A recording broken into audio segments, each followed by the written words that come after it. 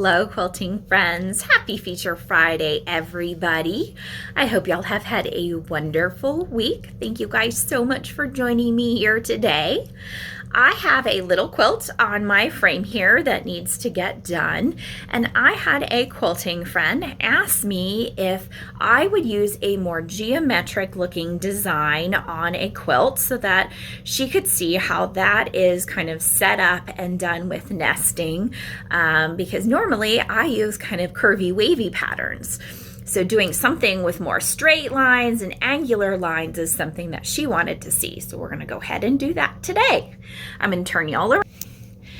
And here's the quilt. It is bright and crazy patterns. It was just a jelly roll that I had. So nice and wild. We are going to quilt it with like a lime green. It's going to be fun and summery because I don't know about you, but this winter has got me down a little bit. I am ready for spring already.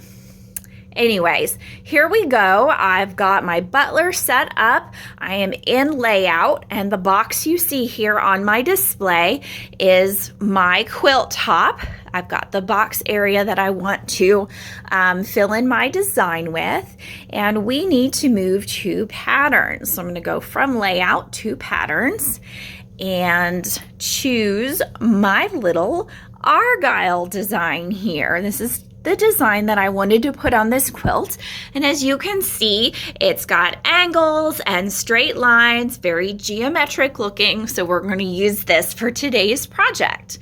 I'm going to hit my check mark here, and we've got our pattern loaded into our pattern layout box. And remember, when we load a pattern, we move from patterns up to edit automatically so that we can work with our design. Now, you can see that this Argyle pattern is really big and it's going to take up kind of my whole quilting space and then some. It's hanging out of my box. I want to shrink it down a little bit and have a more dense design than kind of a really open design like this. So I want to make this smaller and really fill in this space for this project. So the first thing I'm going to do is go over to my repeat button. That's this little guy up here at the very top right corner, and I'm going to highlight that. And what I want to do is stack one on top of another. So I want to have this kind of two tall. So I'm going to go to my vertical repeat, and I am going to add one. So now I have two, and you can see there's one on top of another. But now they are definitely way outside my pattern box. So I'm going to skip over to my scale function next, and I'm going to get these little guys to fit inside my pattern box. That's where I want to start today. Now, this is a fun geometric design. I really like the way it looks, and I'm going to go ahead and turn on my proportion lock down here. It's turned on, it's turned orange, the lock is closed. That way I don't lose the integrity of this design. I want to keep it looking like this. If I didn't use my lock over here and left my lock open, my little Argyles could get like really tall and skinny, or maybe they would get really short and squatty looking, and I really want to keep the look of this. So that's why I'm using my lock over here. And then to get them inside my pattern box, I am gonna just use my quick and easy auto scale button. If you don't have your auto scale, then you'll wanna use your different features to kind of shrink them down into size. But I've got my two Argyles, one on top of each other, looking real cute here in my corner. And now we're going to need to repeat across our box. So I'm going to go back up to repeat. And remember, you can flip back and forth all of your different little editing features as much as you want. You don't have to do all of your repeat at one time and then all of your scale at one time. You can go back and forth between them. This is your creativity. Do what you need to do to get your pattern looking the way you want. So I've got one repeat here horizontally, and we need to fill in across our box. So I'm going to use my horizontal repeat button and just keep adding repeats until we fill in here. So I am filled in you can see I'm hanging out just a little bit here over the edge of my box. So we're gonna go back over to scale and highlight that. My proportion lock is still on, and I'm just gonna tap my auto scale button, and it just gets that design all the way inside my box. My design looks really cute. I know it's called argyle, but it looks a little bit like a honeycomb to me as well. But I think it's a lot of fun.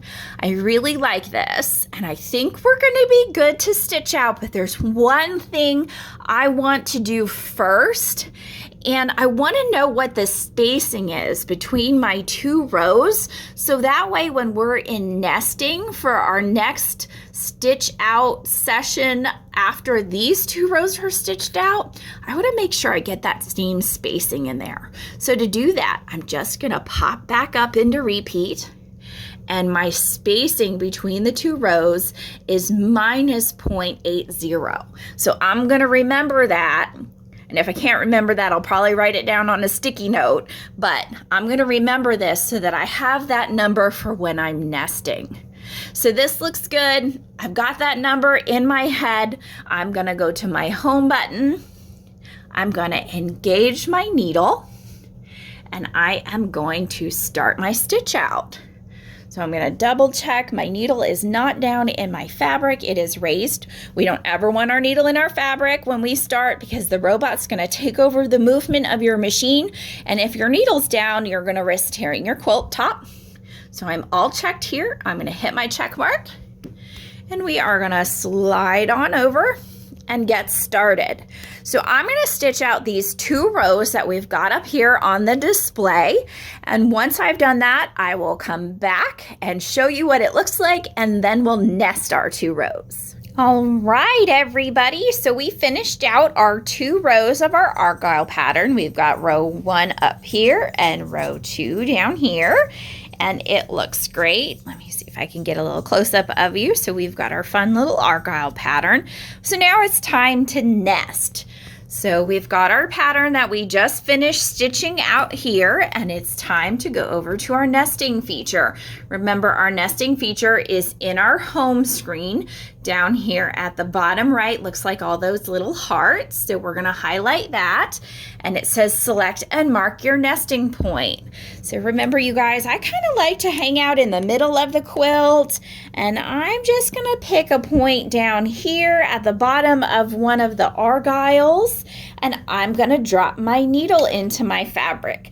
Now remember, if you're not a person who's comfortable with putting your needle in your fabric to mark your nesting point, you can always use a chalk pencil or a marking pen or something that you're comfortable with marking your point here. Just make sure that it will come off your fabric.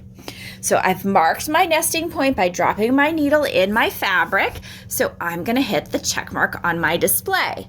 My instructions have changed for me to roll my quilt. So I am going to come down and release the locks on my frame here and roll my quilt. I'm gonna go nice and slow. That way I'm not putting extra tension on that point where I've got my needle in my quilt top. I wanna be real careful that I don't do things too fast and cause any stress on that point.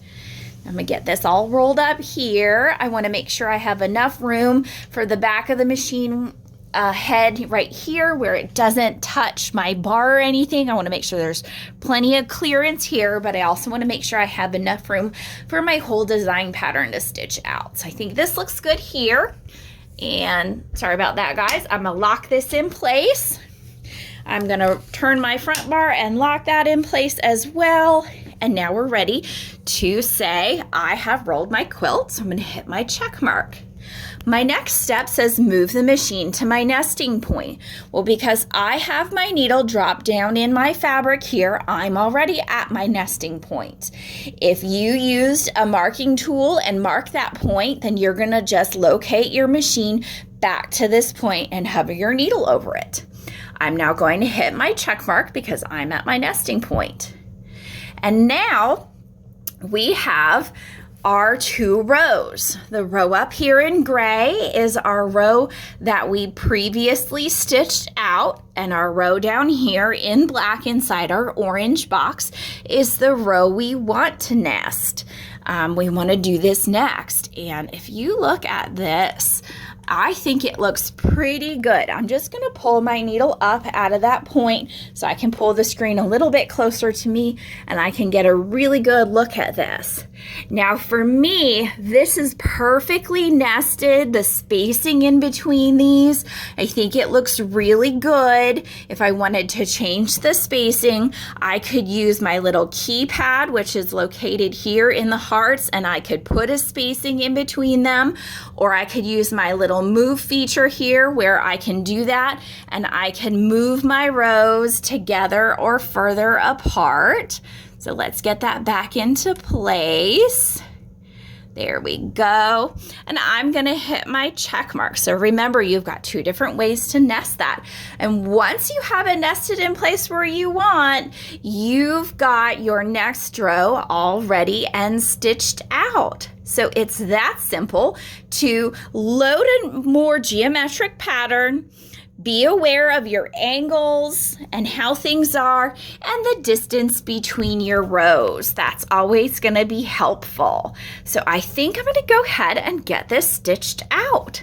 So I've got my little needle highlighted here, and I'm going to hit my start button, and we're going to get going. I just wanted to pause my stitching a second to show you guys. So this is our new row here, nesting into our previous row here, and I think we did a great job getting this lined up, making sure that we have a nice distance in between our new row and our previous row, because it kind of looks like the same width that's between the spaces of the Argyle patterns. So I hope that's been helpful to you. I hope I helped my friend out there who asked for me to set up a more geometric pattern. Y'all have fun quilting. Never be afraid to try something new. I'm not one who does a lot of geometric patterns because y'all know I like my polka dots and my swirls, but I think this is going to make a really cute pattern on this quilt. So be creative, have fun, and try something different that might be out of your wheelhouse. You never know what kind of result you're going to get. Thanks so much for joining me today. Y'all have a great weekend, and we'll see you real soon. Bye.